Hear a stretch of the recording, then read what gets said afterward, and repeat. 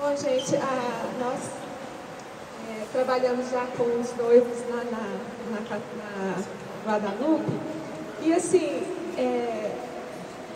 a gente tem conhecimento de poucos casais, mas alguns que já separaram. E uma vez eu encontrei com uma noiva e eu falei assim, o que a gente poderia ter falado para os casais, assim, que poderia assim, evitar? Ela falou, Solange, que os casais se conheçam e não tenham medo de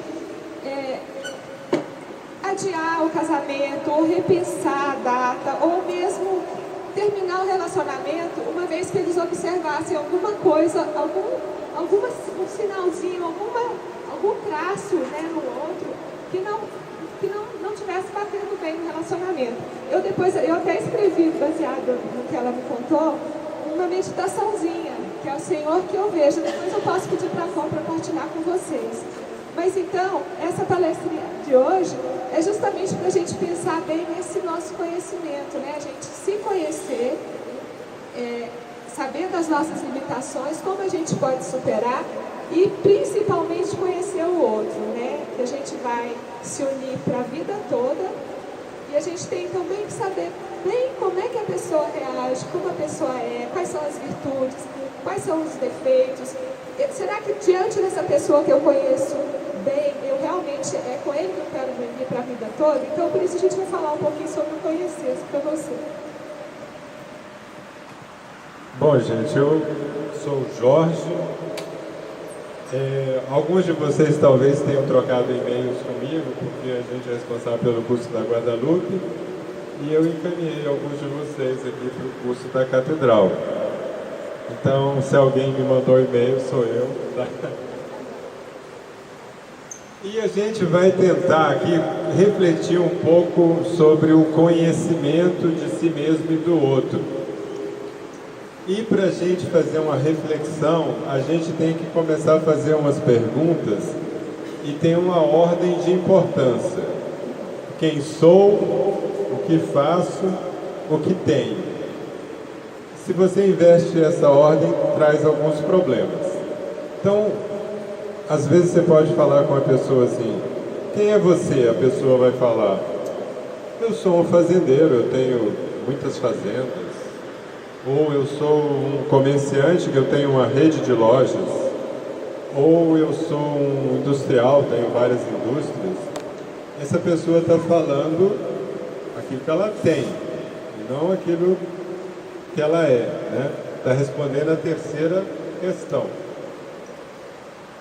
Quando a gente se fundamenta no ter, por exemplo, também tem gente que faz uma programação assim, eu quero ter R$1 milhão daqui a 10 anos, e vai trabalhar para aquilo, né? Porque eu sou, sei lá, um empresário bem-sucedido, eu quero ser um empresário bem-sucedido. E quando a gente faz esse compromisso, né, do ter alguma coisa, a gente meio que hipoteca e fica devendo aquilo, né? Porque aí eu vou ter que começar a fazer as coisas em função daquilo que eu desejo possuir, daquilo que eu desejo ter, quando o ideal não seria isso. Porque se você se começa pelo ter, o fazer, né, você tem que fazer alguma coisa agora que pode não ser sustentável no tempo. Porque está mais baseado em você projetar muitas vezes, olha, eu quero ser uma pessoa de sucesso, né? Uma pessoa de sucesso, quer dizer, sucesso para os outros, né? Assim, os outros vão ver você como uma pessoa bem-sucedida. E nem sempre isso faz a gente feliz. Então, quanto mais relação tem o que faço com o que eu sou, melhor é. Então, a primeira pergunta, na verdade, que seria o ser, né? Quem eu sou? Quais são os meus potenciais? Quais são as limitações? O que me apaixona? Eu não sou bom em tudo. Então, por exemplo, não adianta eu querer ser um grande jogador de futebol, porque o meu talento no futebol é limitado. Então eu vou empenhar muito esforço naquilo porque eu acho bacana ser um grande jogador, um grande músico, mas eu nem cantar eu sei. Então, quando a gente se empenha em coisas que a gente não é por natureza, que a gente não é o nosso talento, aquilo não vai funcionar muito bem. Então, a gente tem que se conhecer, saber, peraí, qual é o meu talento, no que eu sou bom, aquilo que me aborrece, isso aí libera o nosso potencial. Tá? Então, a gente faz uma declaração de propósito. A gente vai querer deixar um legado e esse legado se compõe dos seguintes elementos: a essência, o dom e a missão. A essência, no fundo, aquilo que eu sou, né? São as qualidades que a gente irradia de forma natural, mesmo que não tenhamos consciência delas. A essência, gente, é aquilo que nos faz admirar no outro, né? Eu lembro quando eu era menina, a minha avó, muito sábia, né? Assim, pouca instrução, né? Mas muita sabedoria de vida. Ela chegava para mim e falava: minha filha, você precisa achar um moço bom para você. Aí eu falei: avó, eu ainda estou sem namorado, mas eu vou achar esse moço bom. Aí quando eu conheci o Jorge, que era uma pessoa séria, uma pessoa religiosa, cristão assim com sotaque que eu nunca conhecia nas outras pessoas, que família, né, que queria o sonho de ter uma família, de formar um filho, educar os filhos na fé.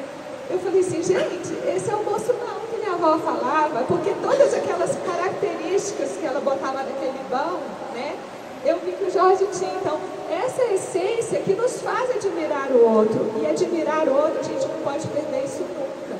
Porque uma vez que a gente deixa de admirar o outro, a gente fica indiferente. E a indiferença é o que mata o amor, né? Então, essa é a essência do Jorge que já há 32 anos me admira e eu continuo admirando ele por isso. A Solange, gente, eu estou achando ela tão bonita hoje, não sei se vocês... eu sempre achei ela bonita, mas não sei porquê, hoje eu estou achando mais bonita. A Solange é assim, quando a gente se conheceu, a gente trabalhava ali na UNB. A Solange foi a primeira mulher que passou no concurso para operadora de computador. A geração de vocês não tem ideia do que é isso.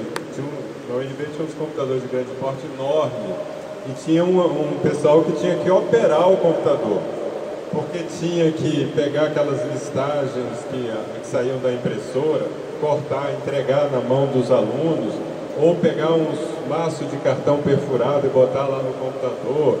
Era uma coisa bem das antigas, mas era um computador enorme, e ela foi a primeira mulher que conseguiu passar naquele concurso, e foi um problema na época, porque o ambiente era bem masculino e tinha que carregar umas caixas pesadas, tinha que fazer uns trabalhos. E aí eles ficavam naquela: nós vamos agora ser machistas aqui e reprovar porque a mulher passou, falar não dá para você, ou eles vão incluir, né? Aí eles resolveram incluir a Solange no trabalho. Mas vocês acham que ela ia lá assim toda bonitinha assim? Não, ela ia, prendia o cabelo, botava umas roupas bem largonas, ela ficava bem feiona assim, sabe? Bem disfarçada, sabe? Porque só tinha homem, ela não queria chamar a atenção. E eu trabalhava lá na manutenção do computador, era da equipe de hardware que fazia manutenção. E quando o computador pifava, ela me acionava lá ou tirava plantão também, ia lá para consertar. E aí eu comecei a reparar que por trás daquele jeito assim, todo largadão, aquelas roupas bem estranhas, tinha uma pessoa muito meiga. Então a Solange sempre me passou assim uma coisa de doçura, de meiguice, né? E aí a gente foi se aproximando. Então, isso é o que a gente irradia, né, a nossa essência é aquilo que o outro capta e a gente nem está querendo mostrar, mas é o jeito que a gente é que a outra pessoa vai percebendo, né? Agora, o dom já é uma coisa que a gente faz de forma mais ou menos consciente, ou às vezes inconsciente, mas a gente tem o dom. Então, tem gente que tem o dom de eloquência. Eu, particularmente, eu tenho um dom de organizar as coisas, né? De sistematizar as coisas. As coisas que eu faço são tudo muito organizadas, coisas acontecem. E eu também, eu acho que eu tenho um dom de entrar em entendimento com as pessoas. Eu sempre procuro ouvir as pessoas, entender o lado dela, ouvir os dois lados, antes de fazer um juízo, levar em conta tudo que falam para tomar uma decisão. Se eu fosse falar do meu dom, eu acho que seria da empatia, da acolhida, né? Que é uma coisa que sou meio esponjinha, então estou sempre já tomando para mim um problema que é da outra pessoa, um sentimento, né? Isso já é uma coisa que eu tinha muita dificuldade e aprendi com a Solange, né? Eu não sou nada empático, eu não consigo sentir o que a outra pessoa sente, eu sou muito racional, então eu não me emociono com a situação dos outros. Mas convivendo com a Solange, eu fui aprendendo a ver na emoção da pessoa e tentar ter alguma empatia com a pessoa. Bom, e o terceiro ponto, como eu falei, a essência, o dom e a missão. A nossa missão é mais global, uma tarefa que nos destinamos a cumprir e que se realiza uma vez só. A missão é aquilo que dá sentido à vida, né? Então as pessoas hoje em dia tem acontecido muito pessoas que têm suicídio, né? Que buscam acabar porque está perdendo o sentido da vida.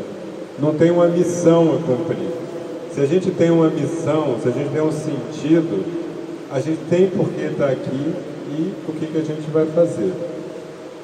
Para nós, assim, uma missão que a gente tem é de preparar as pessoas para o casamento. A gente faz isso desde 94. Né? Então já tem algum tempo que a gente está trabalhando com isso. Mas o ser humano, além desses aspectos, a gente pode dividir, todos nós temos uma parte que é corpo e uma parte que é espírito. Tá? O espírito é constituído de 3 partes, podemos dizer assim: a inteligência, a vontade e a liberdade. Então, a nossa parte espiritual é capaz de refletir, e mesmo que a gente sinta uma inclinação para fazer alguma coisa ruim, a gente pensar: olha, eu não devo fazer isso não vai ser bom. E a nossa vontade, então, tem que aderir àquilo que a inteligência mostra. Por exemplo, eu estou dirigindo, aí eu estou na rua e o sinal fecha. Estou com vontade nenhuma de parar nesse sinal, estou querendo passar, furar o sinal. Mas a minha inteligência falou: olha, é melhor parar, porque pode vir alguém do outro lado e o carro vai bater, ou isso não é correto, isso é errado, ou pode ter um guarda, eu vou ser multado. Sei lá os motivos, mas eu vou refletir e falar: não, é melhor eu parar. Para isso eu preciso ser livre. A liberdade é que eu posso parar ou não, eu posso continuar, eu posso respeitar o sinal, eu posso avançar o sinal. Então, isso faz parte do espírito, né? Um animal que não tem a parte espiritual, ou um ser que não tem essa parte, ele não faz essa reflexão. Ele vive basicamente pelo instinto. Então nós, como seres humanos, a gente deve evitar de viver única e exclusivamente pelo instinto, né? A gente tem que refletir e tomar as nossas decisões. Já nossa parte corporal, ela tem a nossa constituição física. Por exemplo, eu sou moreno, né?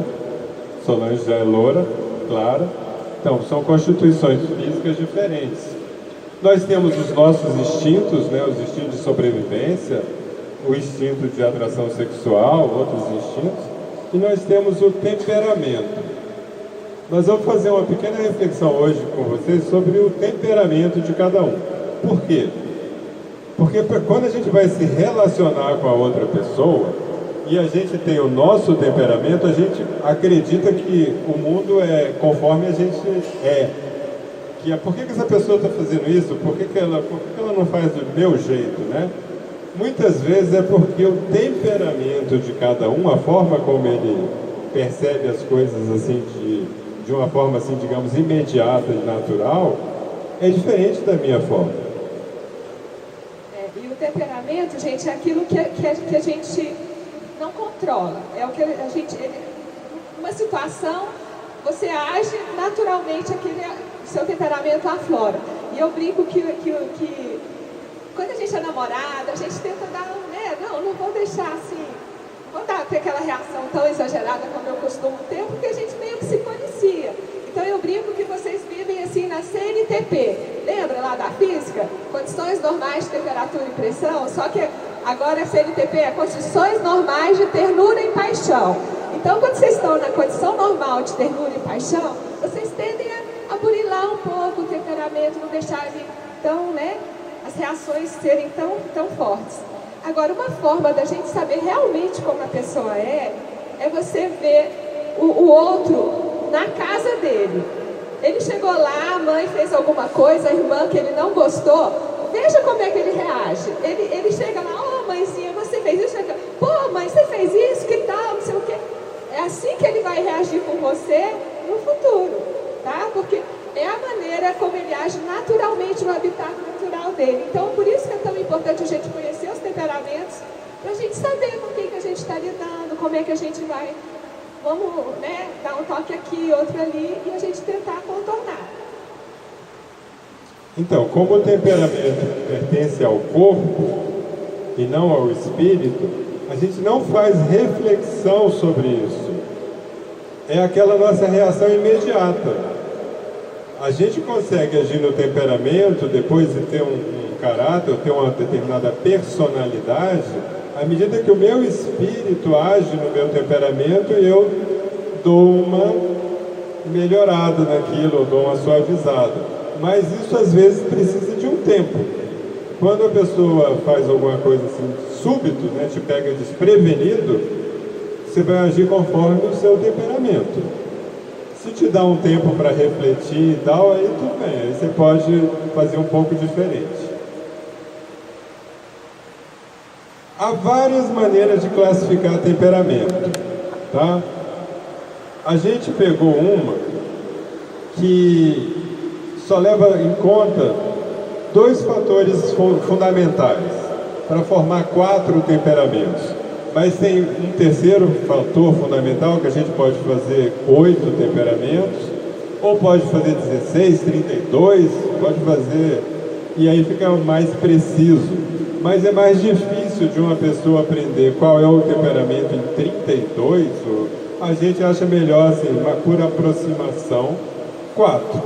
Às vezes vocês vão se identificar no meio de 2 temperamentos, mas a gente vai tentar aqui agora fazer uma certa dinâmica com vocês para a gente descobrir o temperamento de cada um. Então, o primeiro fator fundamental é emotividade. Tem pessoas que são racionais, que tomam decisões baseadas na razão, no cálculo, uma análise fria, né? E as pessoas que tomam a razão na base da emoção. Tá certo? Então, se eu tendo a tomar uma decisão assim, racional, eu sou do tipo emotividade racional, o caso contrário é emotivo. E também tem o ritmo de atividade. Tem gente que é pilhada, é tudo acelerado, faz muita coisa ao mesmo tempo, é ativo. E os outros que são mais devagar, mais pausados, mais reflexivos, então são os pausados. Então, nós vamos fazer o seguinte. Eu vou descrever aqui os racionais e depois os emotivos. E vocês veem em qual dos dois vocês vão se encaixar. As pessoas racionais são lógicas, são objetivas, são realistas, razoáveis e previsíveis. Pouco emotivas e muito críticas, tá? Para tomar decisões tem que ter provas tangíveis e estatísticas. Para o que pode dar errado, tem um plano de contingência. A pessoa já fala, se for acontecer isso, eu já faço aquilo. Elas são vistas como frias, impessoais, distantes e veem o mundo de uma forma mais fria e equânime. Dificuldade de estabelecer relação de confiança com os demais e não tem muita capacidade de motivar, alegrar e inspirar as outras pessoas. Porque são as pessoas tidas como frias e calculistas. Agora, os emotivos. Os emotivos, então, são sensíveis, pessoas mais quentes, né? O sangue mais quente, e humanas, extremamente humanas. Altos níveis de apaixonamento, apreciam boas relações, criam laços de confiança e têm relações de amizade duradoura. Tem facilidade para gerar empatia, socializar e inspirar sentimentos de apreço. Tem dificuldade para separar o pessoal e o laboral. Tem maior dificuldade para esquecer confrontações e dirimir conflito tomará mais tempo. Quer dizer, elas ficam remoendo mais tempo aquele sentimento, né, que invade a pessoa. Bom, então nós vamos fazer o seguinte. Nós vamos separar agora vocês assim. Os racionais vão ficar aqui para o lado direito das cadeiras. Pode levantar, vão...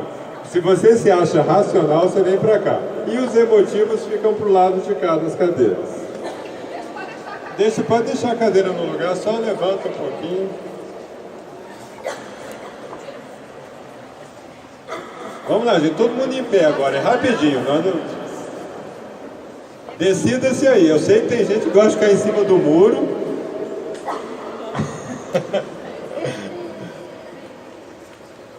Vamos chegar para cá então. Então aqui estão os racionais e tem os emotivos. Agora, nós vamos dividir vocês em mais uns grupos. Olha, os ativos. Quem são os ativos? Pessoa com alto ritmo de atividade, dinâmica, enérgica e velozes, falam de maneira rápida, respondem com solicitude os questionamentos, movem o corpo com agilidade, interagem de forma permanente com as outras pessoas, tomam decisões rapidamente, tipo assim, tem uma promoção agora ali para uma viagem para Bangladesh, não sei o que, eu vou lá e compro antes que fique mais caro, né? Aproveito as oportunidades. Então, se eu não comprar agora, o negócio vai ficar caro e aí, vamos rápido. E são ágeis para se adaptar. Já tem os pausados. Bom, são pessoas mais tranquilas, calmas e prudentes, né? Trabalham em ritmo moderado, escutam mais e pensam melhor o que vão dizer, interagem com moderação e têm bastante autocontrole, tomam as coisas com calma e procuram analisar os diversos pontos de vista antes de formar uma ideia. São capazes de esperar e verificar se as condições são apropriadas para tomar uma decisão. Nada de tomar no roupante, né? Receio de tarefas e prazos que não podem cumprir, tendem a ser reservados e aparecem menos que os demais. Podem ficar paralisados por excesso de análise e perder oportunidades. E ao demorar para resolver um problema, ele pode se complicar ainda mais, gerando uma crise. Então, ao invés de resolver logo no suco, ela pensa bastante e pode, às vezes, perder uma boa oportunidade. Então, agora a gente vai pedir para vocês se dividirem, né, Mori? Bom, então, gente, vamos fazer o seguinte. Quem for que acha que é ativo, rapidamente vem aqui para frente, porque é ativo, mas pode ficar duro, pode ficar ao lado, fica lá daquele lado. Tá? E os pausados chegam um pouquinho mais para trás. Tá? Continua esses aqui. Então, aí nós formamos 4 grupos, tá? Está bem dividido. Esse grupo aqui é o vermelho, esse grupo aqui é o amarelo, aquele lá é o azul, e esse de fundo é o verde. Então cada um vai receber esse cartãozinho da seguinte forma, olha, o ativo, tá? É o pessoal, o vermelho aqui, né? Esse pessoal aqui é o vermelho. Ele é ativo e racional, não é isso? Aquele pessoal lá do fundo é o racional, mas é mais pausado, é o azul. Esse pessoal aqui da frente é o emotivo e ativo, quer dizer, o amarelo. E aquele pessoal ali é o pausado e emotivo, que é o verde. Tá bom? Cada um agora pode voltar para o seu lugar com o seu cartãozinho, que nós vamos falar a característica de cada um desses temperamentos.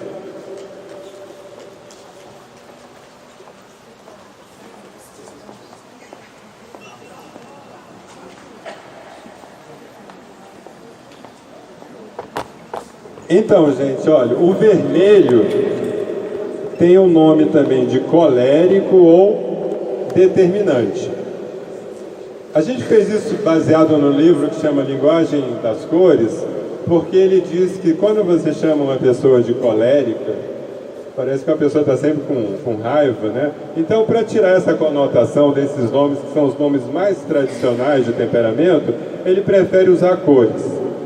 Porque, por exemplo, sanguíneo, né? Às vezes dá uma conotação ruim, então é melhor amarelo. Assim como o fleumático, né? O meu temperamento é o fleumático, é aquele cara assim que pode estar acabando o mundo, que tudo bem para mim, não tem problema. É o temperamento azul. E o verde, que é o da Solange, né?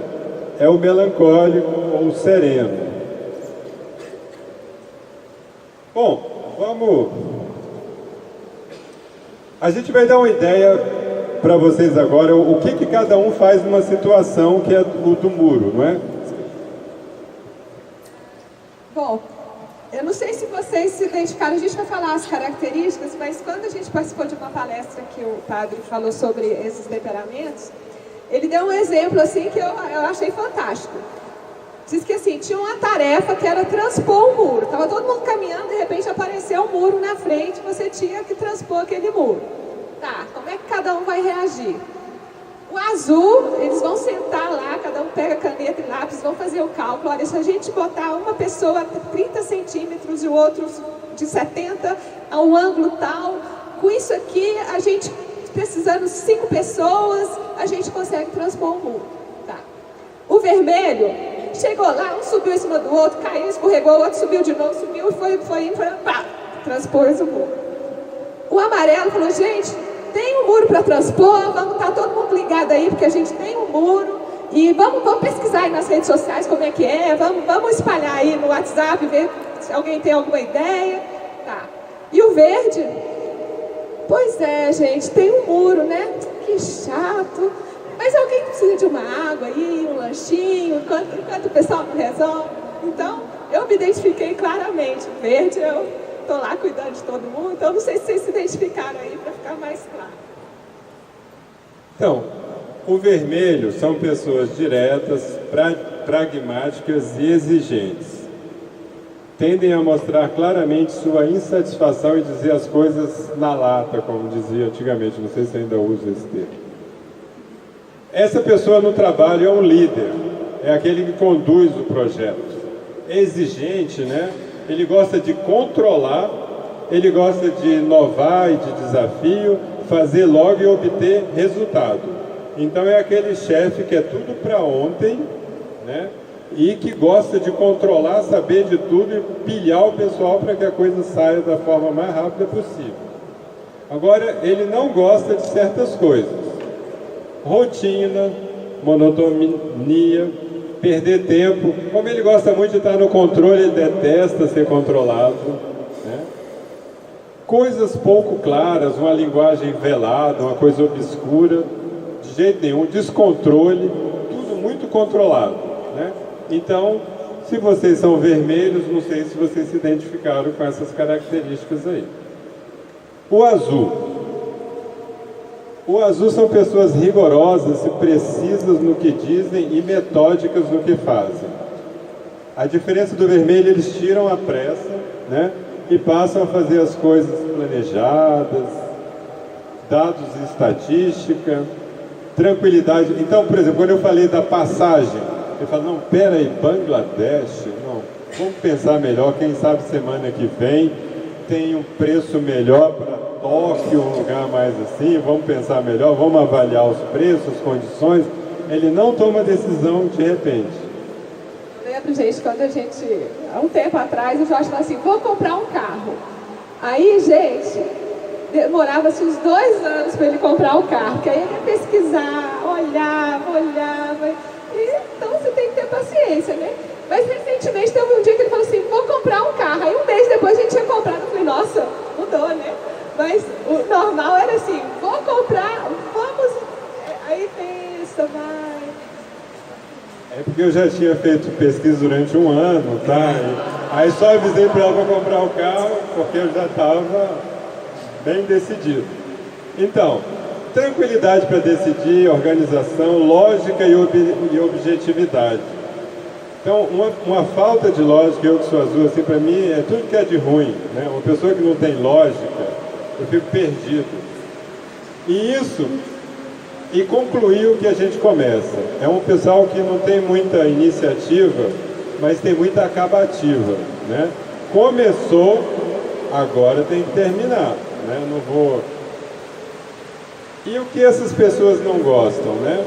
Pressa, improvisação, correr risco, desorganização, imprecisão e subjetividade.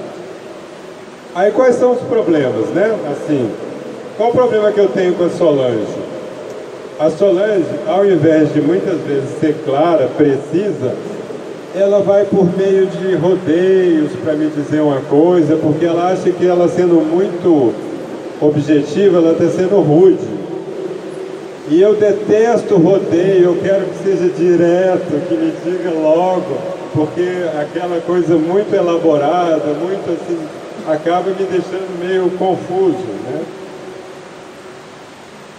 O amarelo são pessoas sociais, otimistas e carismáticas. Só aquela pessoa que pega o violão, anima todo mundo, gosta do social, de promover a festa, gosta de gente, de alegria, expressividade, variedade, sentir-se importante, querido por todo mundo. E você não dá um texto longo para essa pessoa, porque ela não vai ler, ela gosta das figurinhas. Então, as informações visuais são mais importantes do que aquele fadonho, texto comprido e tal. Então, ela não gosta de texto pesado, né? Atividades longas e exaustivas, sem populares, monotonia e linguagem não visual. Então, muitas vezes esse temperamento para a criança na escola é uma dificuldade para o professor, porque ela não consegue ficar numa atividade muito tempo, ela quer estar trocando de atividade o tempo todo, porque logo fica assim, entediado com aquela coisa, né? O verde são pessoas cordiais, diplomáticas e conciliadoras.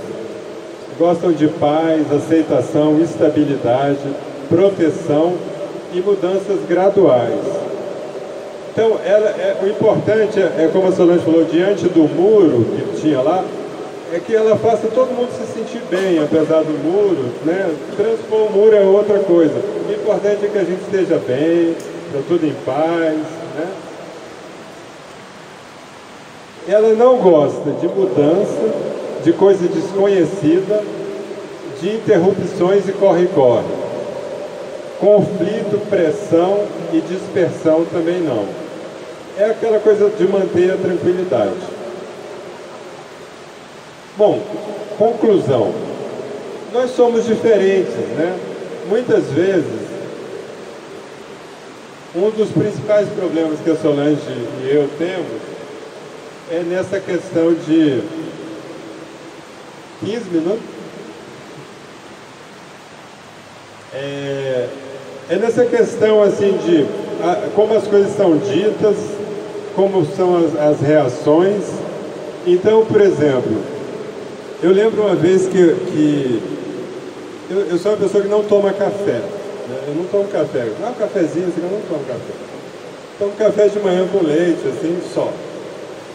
E aí eu estava um dia bem concentrado no computador fazendo alguma coisa, e a Solange falou, você quer um cafezinho? Aí eu, não. Tipo, tá casada comigo há não sei quanto tempo, nunca tomei café, ela está me oferecendo café.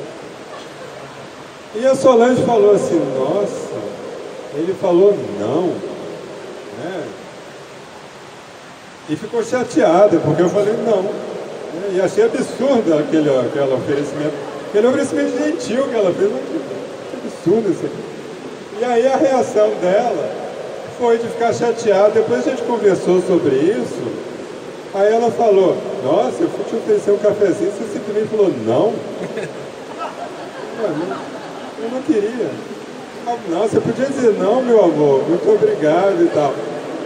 Aí depois disso, né, toda vez que ela perguntava uma coisa, eu falava não, porque o meu temperamento é não. Aí eu, ai meu Deus, não só não pode.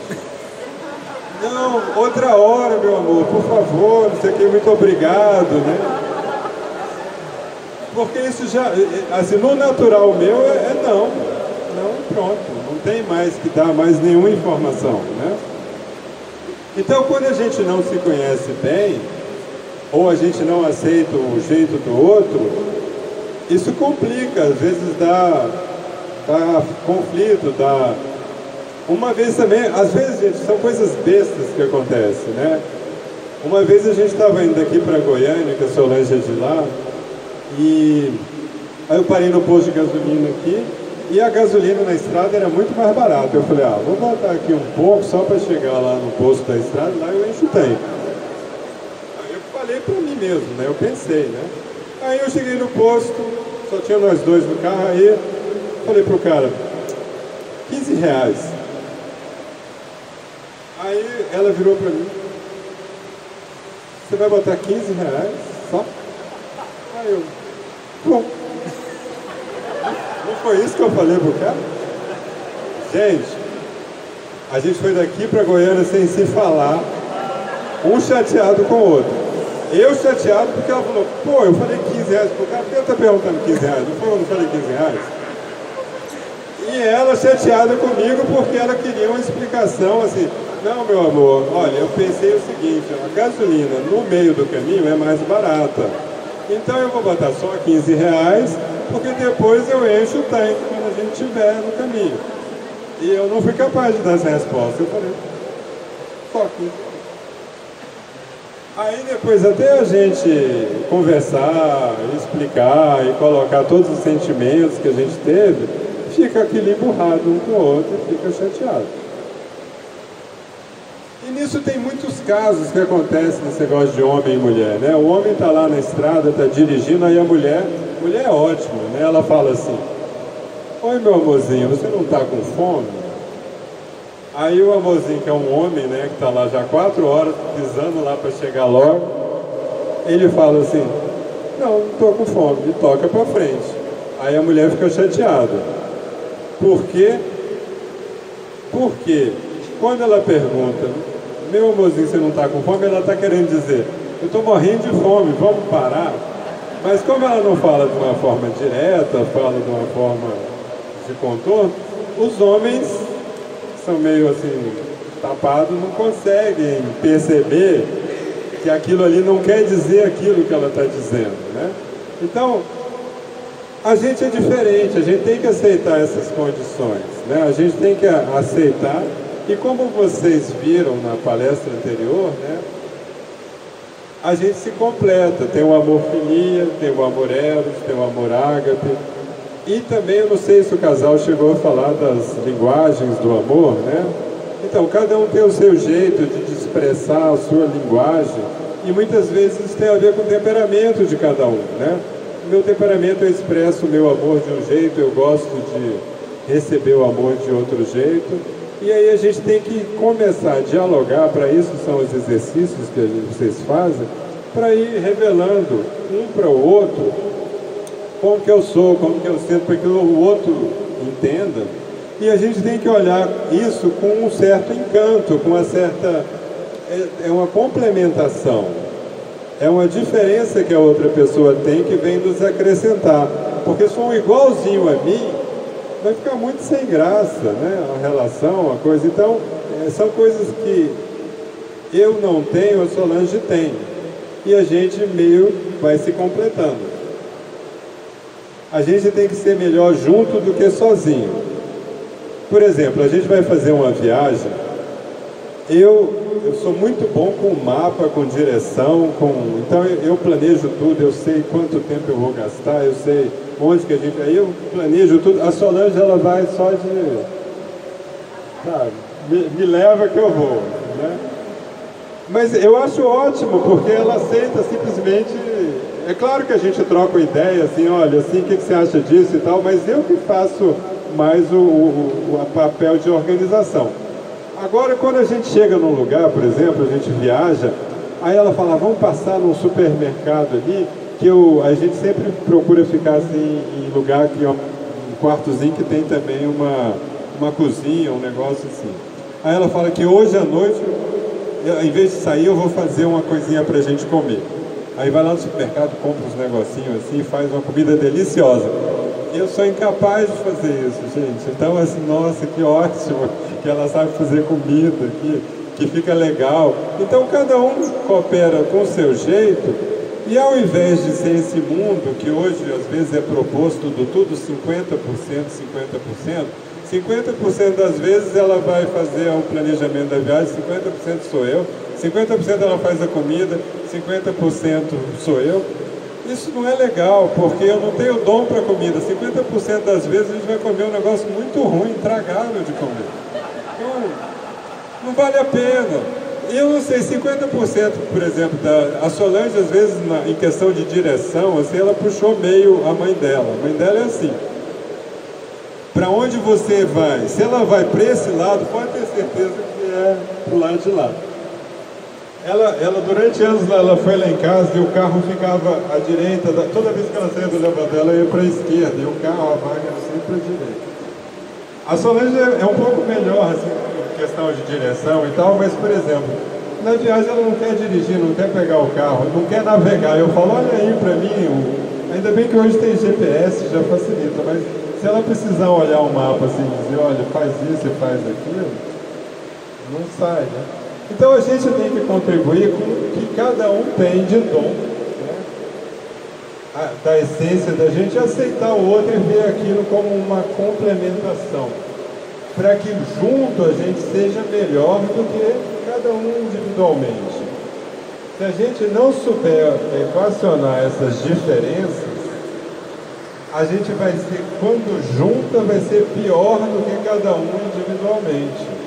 A gente tem que saber se encaixar direitinho e aceitar essas diferenças para que o casal seja visto assim, poxa, esse casal é um casal legal, um casal bom. Porque ela supre as minhas deficiências e eu supro as deficiências dela.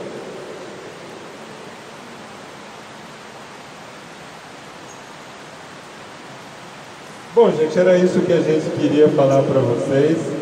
A gente espera que com os exercícios do diálogo vocês se revelem sinceramente um para o outro, né? Que vocês não camuflem para agradar, mas sejam bem francos, porque é através dessa franqueza, dessa revelação como vocês são, é que vocês vão se fortalecer e vão ter um bom entendimento. E como a Solange falou, o curso também vai colocar para vocês, muitas vezes, questões que vai gerar um certo conflito, porque era melhor que o outro concordasse comigo em tudo, e não é assim, não é sempre assim. Mas esses conflitos no diálogo são como a musculação.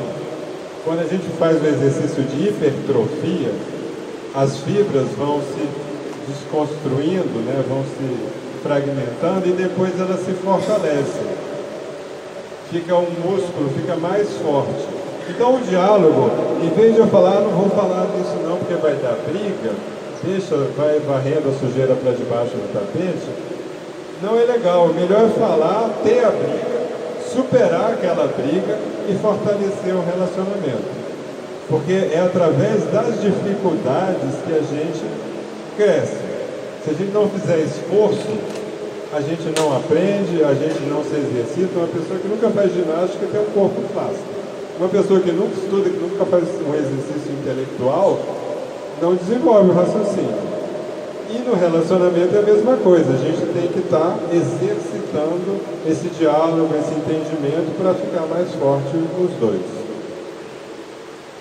Agora nós vamos passar para vocês o exercício de casa, não sei se o Luiz e a Com vão explicar aqui como que vai ser. É um exercício bem...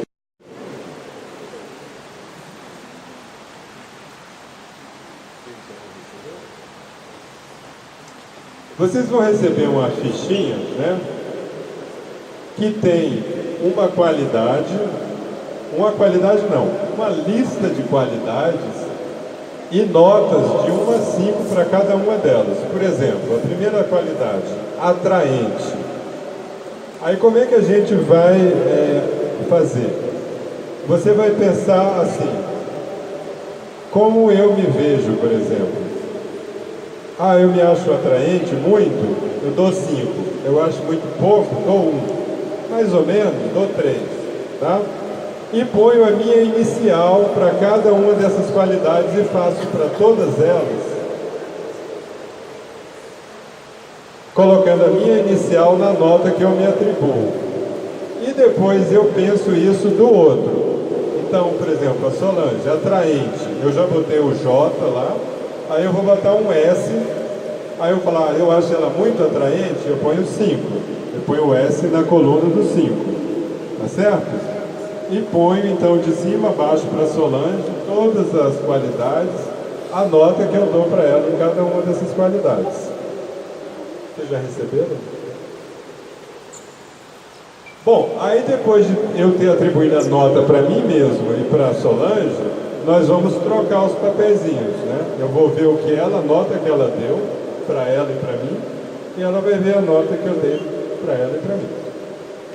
Tá? E aí a gente conversa sobre isso. Esses exercícios, gente, às vezes as pessoas ficam preocupadas assim, nossa, eu dei as mesmas coisinhas, as mesmas notas.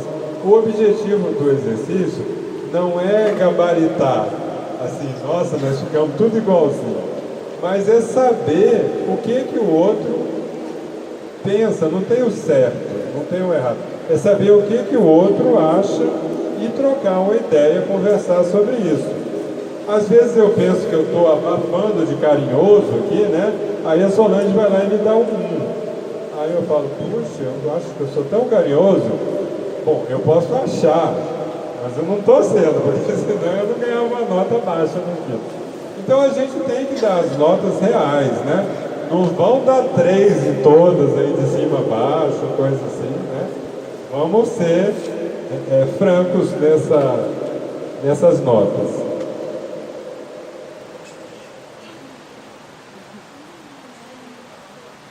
A figurinha, né? O pacotinho todo que já tem. E dentro do pacotinho tem o nome da sua mãe para explicar. Bom, gente, uma vez eu li no Discovery, tem muito tempo, que falava assim que descobriram que o amor é cego. Os cientistas comprovaram que o amor é cego. Aí lendo lá, era uma reportagem pequenininha, falava assim que eles descobriram que quando você está apaixonado, tem uns hormônios lá, umas substâncias que agem no cérebro que deixam o seu senso crítico em relação ao ser amado um tanto quanto assim, meio prejudicado, né? Tanto é que mãe não pode falar mal do filho porque ela é apaixonada no filho, então, né, tudo do filho é bom. E quando a gente está apaixonado, a gente tende a ver o outro assim, um pouquinho também com esse olhar, essa lente mais amistosa, digamos assim. Aí a gente propôs essa tarefinha lúdica que dizem que o amor é certo, será mesmo? E então a gente propõe que vocês façam assim, se reúne com o pai ou com a mãe, um dia lá, fala, mãe, o que você acha da gente juntos, nós dois, né? Você acha que a gente poderia melhorar um com o outro? Eu pensei nisso porque eu lembro uma vez eu vendo um relacionamento da minha filha com o namorado, eu sentia vários toques que eu podia dar para ela no sentido dela, né, ter um relacionamento melhor. Então eu acho que às vezes quem está de fora, lógico que a pessoa tem que ser uma pessoa que goste de você, que queira, né, o bem de vocês. Mas falar assim, então marca um dia de sair, vou falar com a mãe ou com um casal de amigos, o que vocês acham, né? Para realmente às vezes a pessoa falar alguma coisa que vocês falam, olha, eu acho que está tudo de boa, vocês podiam pegar um mais leve aqui, nesse ponto, tá? Então é uma dicasinha para vocês. perguntar para ele. Só para terminar, eu lembrei de uma historinha da mãe, né, que o filho começou um namoro com uma pessoa nova, estava lá, aí falou, mãe, tá vendo aquelas moças lá? Eu estou namorando com uma delas, adivinha qual que é? Aí a mãe olhou assim, ficou reparando as moças e falou, aquela de vermelho. Ué, mãe, como que você sabe? Aí a mãe falou, não gostei do jeitinho dela.